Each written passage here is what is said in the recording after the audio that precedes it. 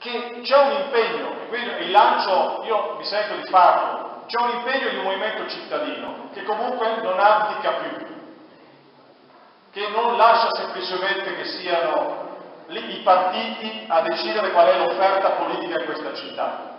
Perché se la cucina è scadente, l'unica maniera è che cominciamo a farci da mangiare. Sarà complicato, sarà difficile, sicuramente c'è tutto il tema che è stato discusso, che anche Silvio Testa diceva prima, quanto questa città è in grado di esprimere meglio di quello che c'è adesso. Io penso che bisogna partire però innanzitutto dal fatto che sicuramente c'è un pezzo di questa città che è in grossa sofferenza e che rispetto a queste persone e a questi cittadini una risposta va data, altrimenti i meccanismi di disgregazione della comunità andranno avanti.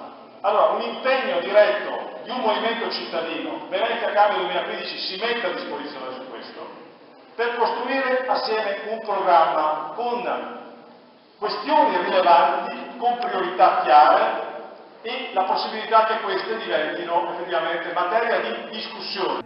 Tra le regole fissate da Venezia Cambia per scegliere i nuovi amministratori, in sintesi c'è la non eleggibilità di chi ha governato per più mandati o era a conoscenza del sistema delle tangenti per il Mose, l'obbligo per i candidati di evidenziare esperienze, trasparenza e rendicontazione dei costi, verifiche a fine legislatura e infine stop alla distribuzione delle cariche con il manuale Cencelli. Ci sono degli assessorati, come dice Stefano, di peso. Chi sta al bilancio? Chi sta alle politiche sociali? Chi sta all'urbanistica? Sono assessorati che definiscono le grandi scelte della città, sì o no? Ecco, queste non possono essere distribuite. Chi sta ai trasporti? Ma direi anche altre funzioni importanti, chi sta alla cultura, perché bisognerà che rinasca anche una funzione vera di politica culturale in questa città. Allora, tutte queste cose non possono stare nel manuale Cencelli della distribuzione un po' a te, un po' a me.